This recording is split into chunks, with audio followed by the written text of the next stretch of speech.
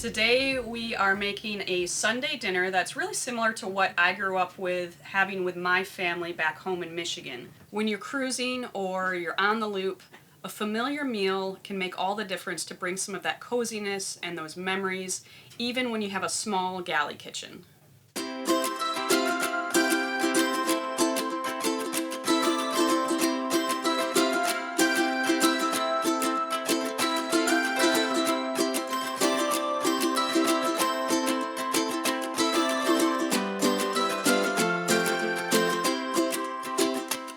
We're going to cook the pot roast in a thermal cooker, this guy right here. So a thermal cooker looks a lot like an Instant Pot or a slow cooker, and it's got a similar idea, but instead of needing to be plugged in, what we do is we start it on the stove. We have what's called the inner pot. So this part here comes out, and then I warm it up on the stove with the ingredients and then put it back inside the pot.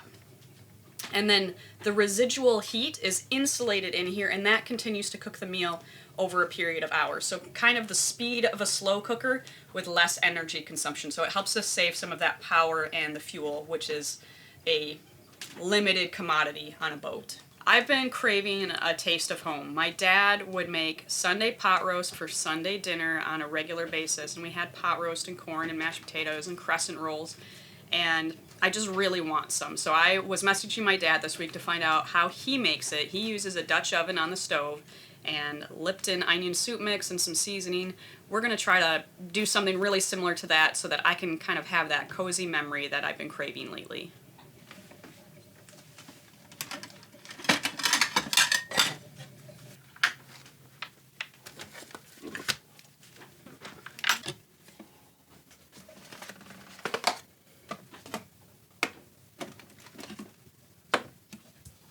We have a 2-pound chuck roast, and then we're going to season it with black pepper and garlic powder. And I'm not going to add salt to this because I'm also going to be using an onion soup mix, a dry onion soup mix, and that has plenty of saltiness in it. We're going to start by searing the meat, but before we do that, let's go ahead and season it with just our garlic powder and our black pepper.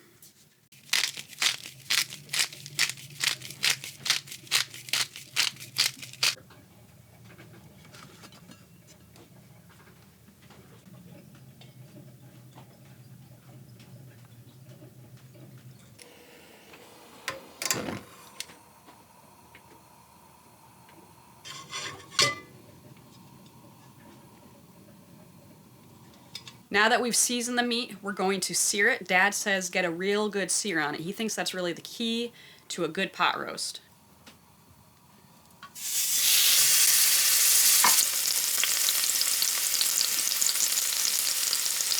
We're searing the meat right now, and what searing does is it's going to give it a nice crust, and that crust is going to add more flavoring beyond what we already did with our dry seasoning.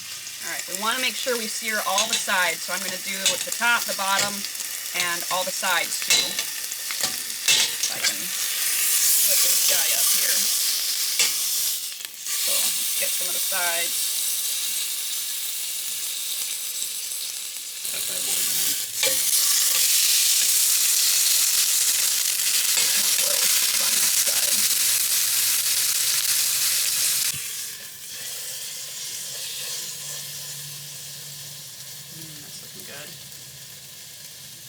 Once we finish searing the meat, we're going to deglaze the pot with some water, and then in the thermal cooker, we're going to get enough water in to cover all of the meat and also add our onion soup mix. If Dad were doing this in his Dutch oven, the water goes up until just before the top of the meat because you want that brown crust on the top, but since we're not doing this in a Dutch oven and we're doing it in the thermal pot, we're going to just cover the meat completely. My searing is done. I'm going to actually take the meat out of the pot and put it on the plate so that I can put a little water in and break up all the nice crusties on the bottom so that we can enjoy some of that in our cooking.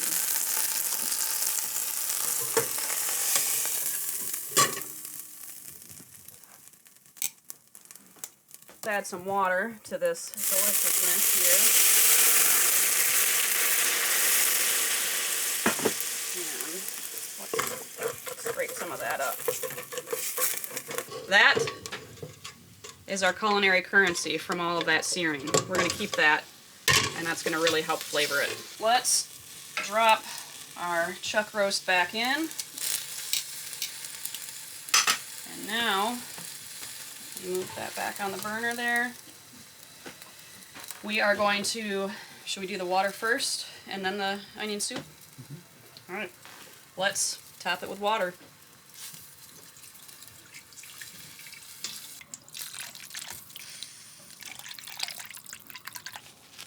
Recipe secret. All right, this is the secret ingredient my dad uses. Let's see if it brings us that taste of home. Oh man, that smells like home to me already. And you can see I've just barely covered the meat. Okay, we don't want to put too much liquid in, but we need enough to cover it so we can cook it properly.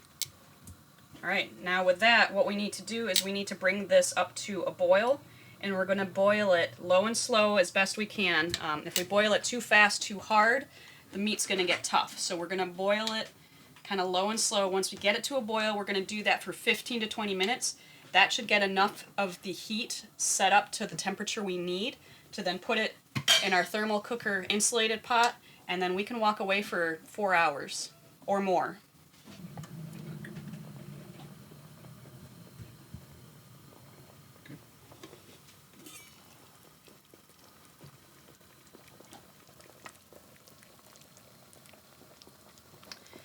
It smells like coming home from church on Sunday. We've got a nice boil, so we're going to let this boil for the next 15 to 20 minutes. I'm going to go ahead and set my timer on my phone to 15 minutes right there. And let's let it rock and roll for a little while.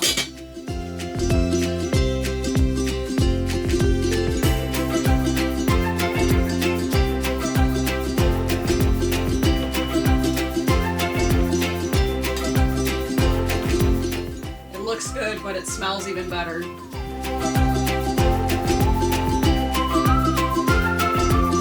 Ten minutes to go.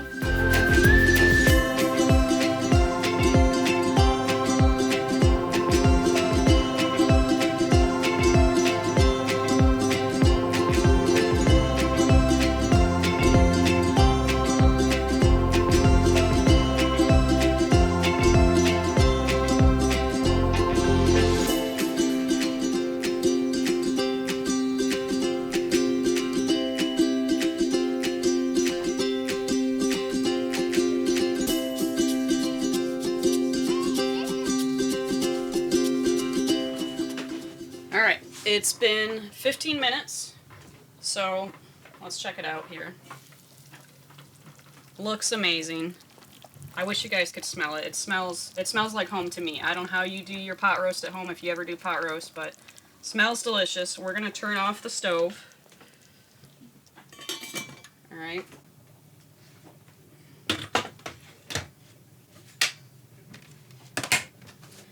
Now that we've cooked it and boiled it for 15 to 20 minutes, it goes into the insulated container for at least 4 hours. The heat that we built up by boiling the water and the meat is going to still have residual heat, and the insulation of our thermal cooker will allow that to continue to cook just like a slow cooker would that's plugged into the wall. But now our stove is off, we're not using any more fuel, we don't have to plug into anything, and we're free to go do whatever we want because we don't need to be here babysitting it now. It's just got to sit here for at least 4 hours. We're in Norfolk, Virginia, and this is a really popular place for loopers in May. Usually when you're doing the loop, you're coming up the East Coast. And in May, there is the spring rendezvous that the AGLCA hosts here in town, and that's a chance for loopers and planners to get together and talk about the route and see different loop boats. So it's a great event. If you're planning on the loop, I do recommend checking that out. We really enjoyed it, and we've been to it twice now. For us, though, we finished our loop back in August, and we are working our way down the East Coast. It is late October, and so it's getting a little chilly outside. This morning, we were highly motivated and had aspirations to head to shore after we got this cooking and go for a walk, explore town a little bit, but it's chilly out, and it's super cozy in here now because it smells like Sunday dinner. We've got the fire going in our diesel heater, and I think we're just gonna stay here and read some books and just rest and enjoy the day maybe pour a glass of wine later. So we are going to just chill out and enjoy ourselves, but we'll check back on our pot roast in about 4 hours and see how we're doing.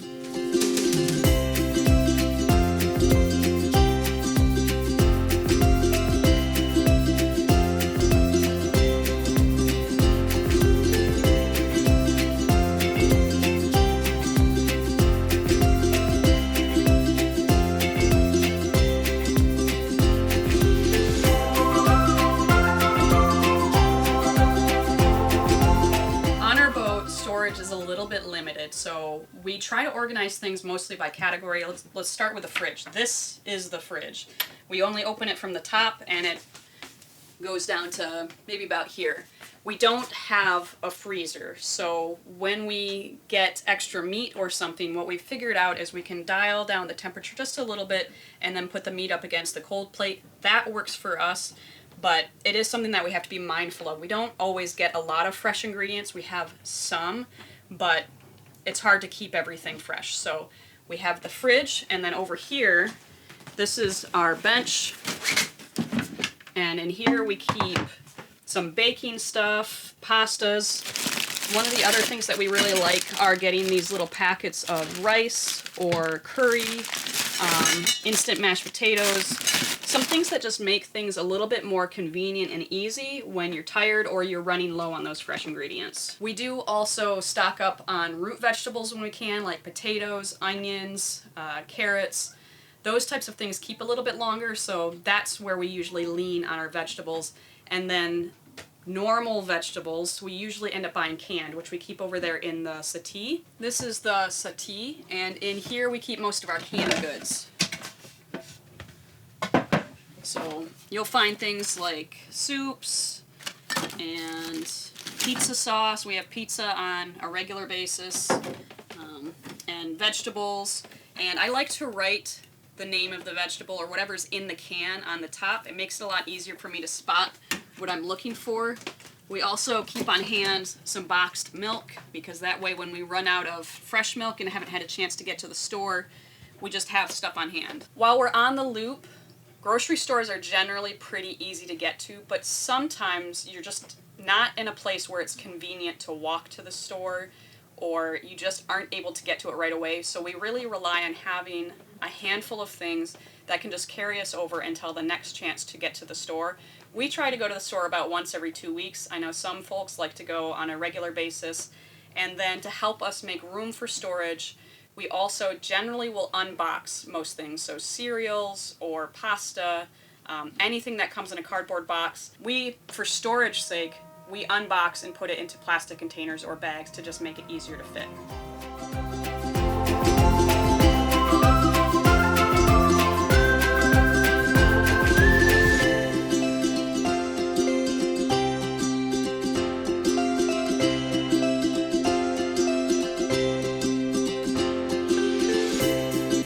Been about 4 hours, so let's check the temperature of our pot roast.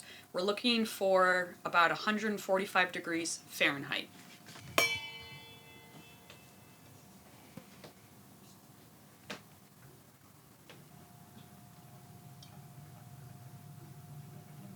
We did it! It's cooked. We hit 145, so I'm going to close this back up to keep it warm for the moment, and we're going to start making our biscuits. Growing up, I think I had crescent rolls more often, but I don't have the little tube of crescent rolls, so we are going to just use the baking mix that I have and make some drop biscuits. And then I've got instant mashed potatoes and some corn. None of those take up a lot of space to do. They're all very easy. All I have to do is just add like 1 or 2 ingredients and warm them up, so should be quick and pretty painless.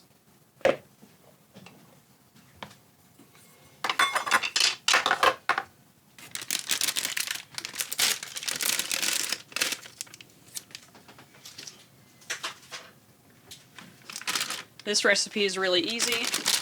Take whatever your favorite baking mix is, 2 cups of that.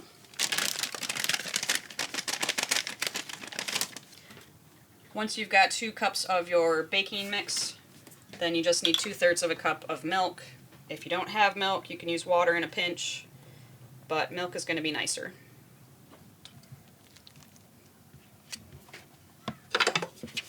And then just mix it up.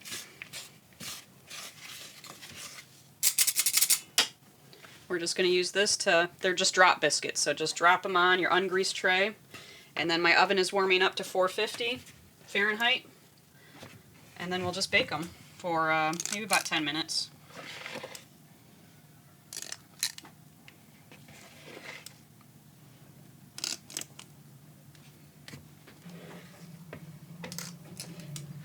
Okay, go for it. I'm going to use the frozen sweet corn. Normally we just use canned, but this is what I grew up with, was the frozen stuff. That's what I wanted today.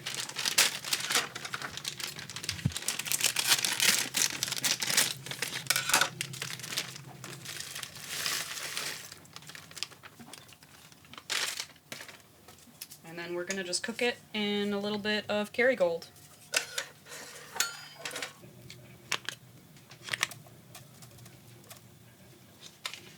I'm also going to make some mashed potatoes. I don't want to boil potatoes, peel potatoes, mash them, get out a mixer and all that. That's a lot of work and takes a lot of tools. This is the cruiser-friendly way. These are still real potatoes. All I have to do is measure out 2 cups of water, boil it, and then stir these flakes in. And then I've got some really good mashed potatoes. That's what we're doing today.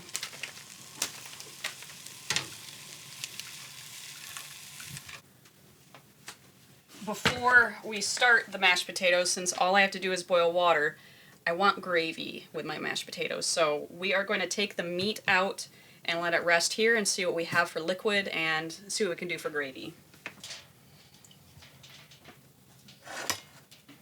Okay, to help keep that warm, we're just going to tuck it in and do our best to let that rest off to the side.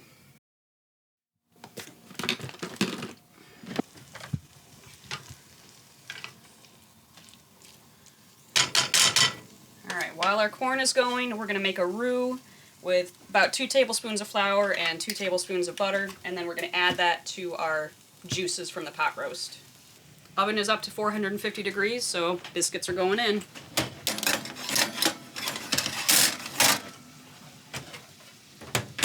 "10 minutes. What are we doing? We are going to make the roux with 2 tablespoons of butter. This is going to be to thicken my my juices from the pot roast in the thermal cooker into a gravy. So we're going to mix up, so we don't want a clumpy gravy. We're going to add a couple tablespoons of flour to the butter. Just going to slowly melt that together and turn it into a little bit of a roux. You just want to get that flour and butter to cook together before we add it to our beef liquid. Alright, our roux is done. I've stirred our corn. Let's open up this, and we are going to just take our liquids and bring it right to the stove.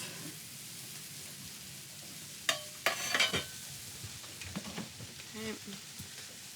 Turn that burner back on a minute.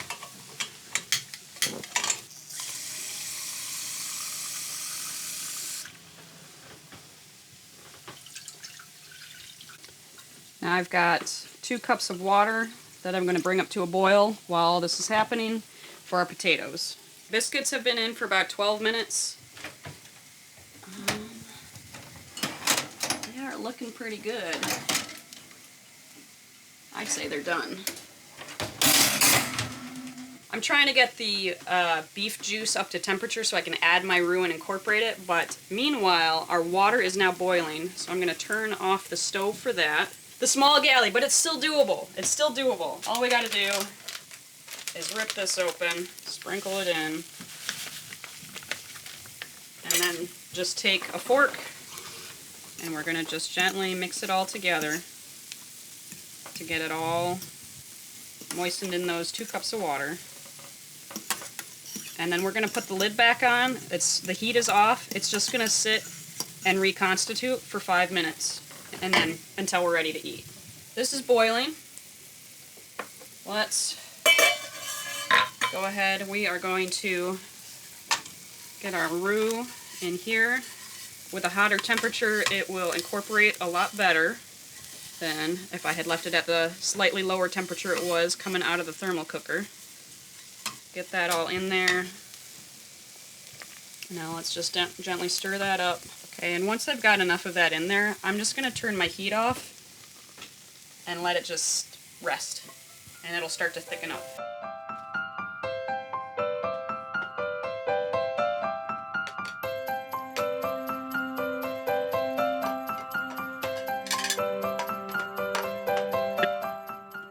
There's something about sharing a meal while cruising that brings people together in ways that you might not expect.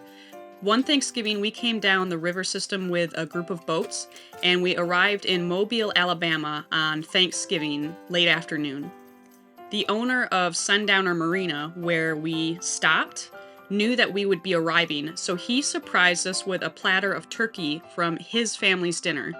Then each boat brought a side dish, and we ended up sharing a really beautiful holiday meal together.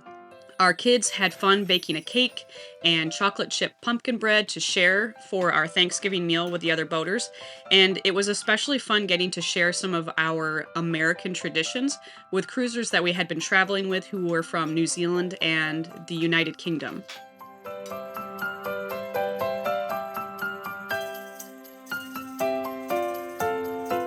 With a few simple adjustments, you can enjoy favorite meals on board, creating comfort and connection wherever you are on the loop or while you're out cruising. Whether it's a Sunday dinner or Thanksgiving shared with new friends, food truly brings us together.